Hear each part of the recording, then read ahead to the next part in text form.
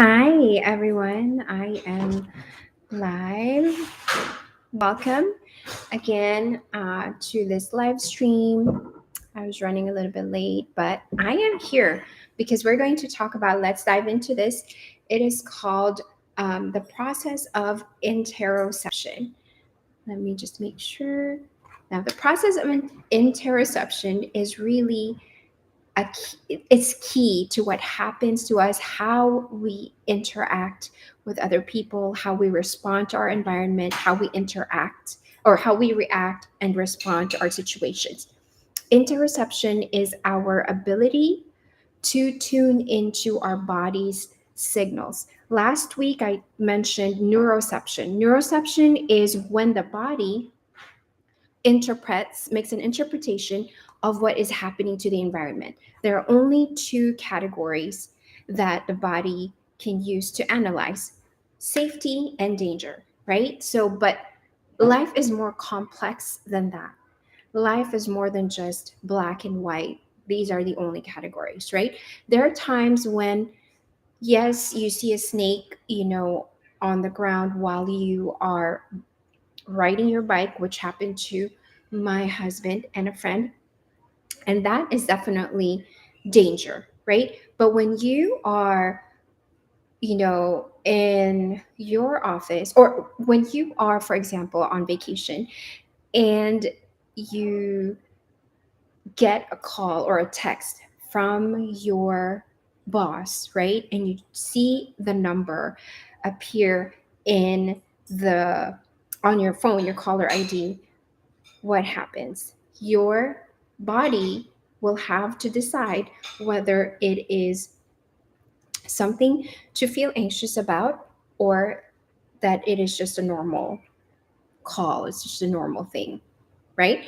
Or maybe even when your boss is like, oh, I need to talk to you. Maybe not even a boss. Maybe your spouse says, oh, I need to talk to you about something. What is your reaction to that? What is, the story that your mind is telling you? But the interoception, meaning the body signals, is really where it either starts or stops, meaning that's where we can anticipate, either if it's anxiety or just something that we can handle in that moment, right? So, for example, if I see, my caller ID, a perfect example is when I get a call from the school and I see their number, right? Because I have two kids, one in high school and one in fifth grade. And when I see that number, I've trained myself to stay calm because the process of learning my body signals, I know that my heart used to race, and then, you know, things would pop up, thoughts would pop up in my head of like, oh, something happened, something bad happened at school. That's why they're calling me, right? But I've had to retrain my body and my brain to say, it's okay. It doesn't always mean something bad happened, right? It could be that, they forgot their lunch money and they just need me to send, something, or they need to stay after school and they need to make sure that they relay the message to me and things like that, right? So that is how we tune in, and that is how our well-being is enhanced, because we are not in the state of fight or flight all the time, or even in a state of shutting down, because it's just too much, right? Like when we start to assume, when we start to make this stories in our mind, and there's a basis for these stories that we have in our mind. I respect that, because we have memories, we have experiences, and there is no way to erase them from our mind, right? And those memories, a lot of them hold these, what we call, emotional charge. So with memories come with it emotions. It can be happiness or sadness, whatever it is, the more intense the emotion is, the more that we will remember that specific situation, right? So we do not want to force ourselves into positivity or calm all the time. It is our emotions that help us address the situations in our lives more appropriately. And sometimes it is also things that we don't need to address, but that is for us to decide, right? And we don't want our body to simply make the decision for us when it starts to shake or tremble or starts to like just panic and have this resistance and tension and tightness in our muscles. That's how we know that our body is doing or deciding for us. But when we can catch our breath, when we can fix our posture, then that's how we put ourselves in the driver's seat. That's how we put ourselves in, not at the mercy of our emotions, not at the mercy of our memories. We can work with those sensations. We can work with those emotions, as we tune in to the body signal. If this is something that you are hearing for the first time and you're like, what kind of signals am I supposed to pay attention to? Yeah, that is the right question, right? So we want to start with the basics. Start practicing as far as listening to your body when it needs to rest. It needs a break. You start yawning, your eyes start to feel dry. That is one of my body signals. I know that I'm starting to feel tired and I know that I need to rest for a moment when my eyes start to feel dry, right? And kind of like it can't stay open type thing. So that's a basic one. And really just paying attention. You can even have a log, like a notebook, to help you keep track of the different sensations, the different signals that your body sends to you, because it is a learning curve. I did not wake up one day just to say, like, oh, I know what my body needs and I know how it talks to me. It actually took me a very long time to also connect with my body and nurture it, right? And understand that I am in control and I am the commander in chief.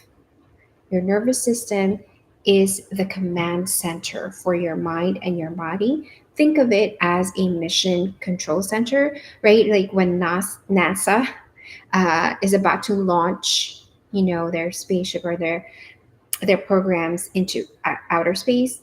Everybody comes together in the mission control. Everybody checks the systems to make sure everything is running smoothly and perfectly, and everyone is just working together. So think of your nervous system that way. You have to check that it is working properly. The nervous system is very powerful. However, it cannot create out of nothing. It depends on the memories that we hold in our mind and body. It depends on the experiences that it remembers.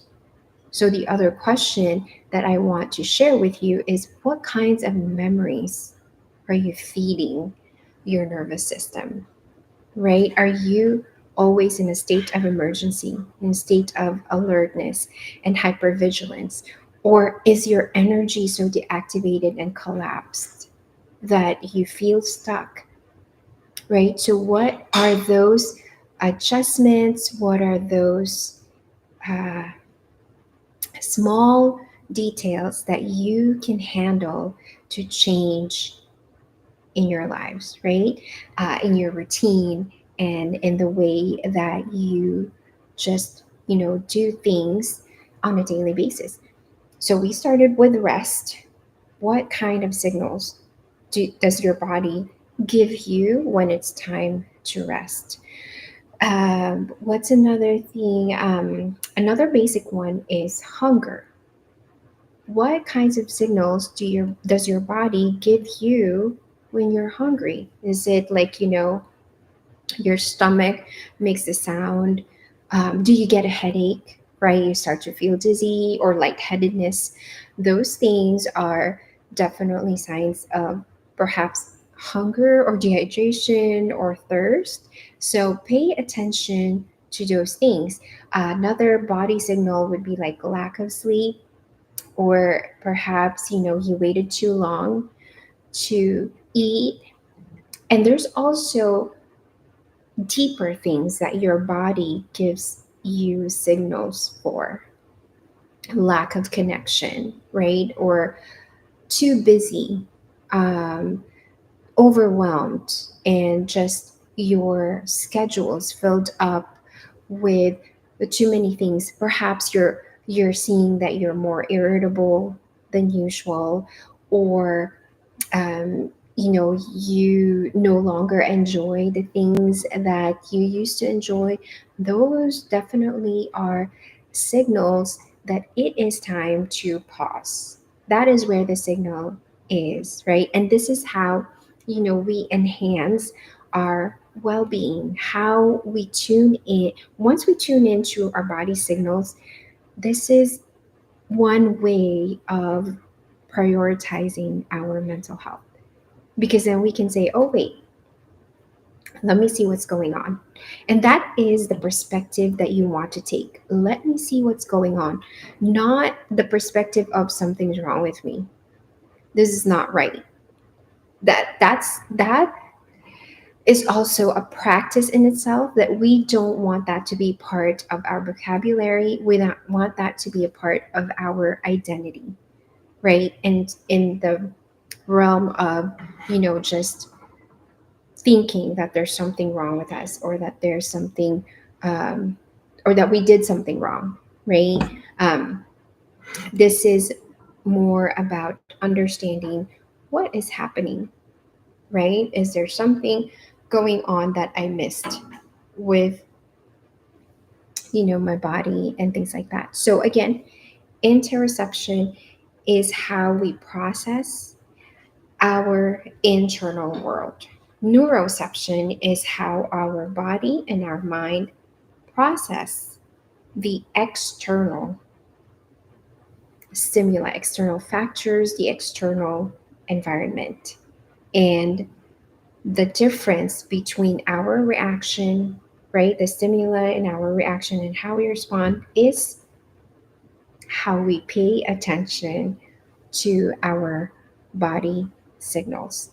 You don't have to wait until, you have that migraine, or you have that pain on your unbearable pain on your shoulders, right? You can take time to do what's called the body scan. And I think I've done this here before, where you just kind of check, like, how does my feel how does my how do my feet feel, right? And all the way up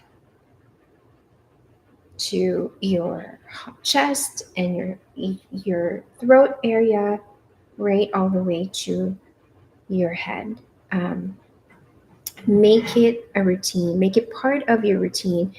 Be consistent with understanding, right, what your body is communicating with you, how it feels for you, because this is the part that determines how you're going to address situations that are in front of you. And your body also learns, as you teach it, your body also learns to stop and say, where does this stimulus, right? Or where does this situation fall under? Now, as you move through connecting with your body, it is no longer just danger or safety. Your body can read, right, the scale, the continuum with which that situation belongs. Maybe it's not really, this the situation isn't really dangerous. Maybe I can sit with it, right? Or maybe this situation is closer to safety, so I can think about what I'm going to do next. And we want to be in that space where you have clarity, where you have, when you know and you are aware that you are in control of your choices and decisions, and you're not swayed by memories, by emotions that have been so suppressed for so long. So, thank you so much for all of you who joined me today, and those of you who are watching in replay. Next Monday at 8:30 p.m., I'm so excited to finally do a live stream on highly sensitive people. Like, what does that even mean? Is it just, being sensitive, like for no reason or anything like that? I remember maybe a couple of years ago, I did a reel on this topic, highly sensitive people, and I think it got like 15,000 views, but I never did follow up on it. So I'm excited because next week it's going to be about highly sensitive people.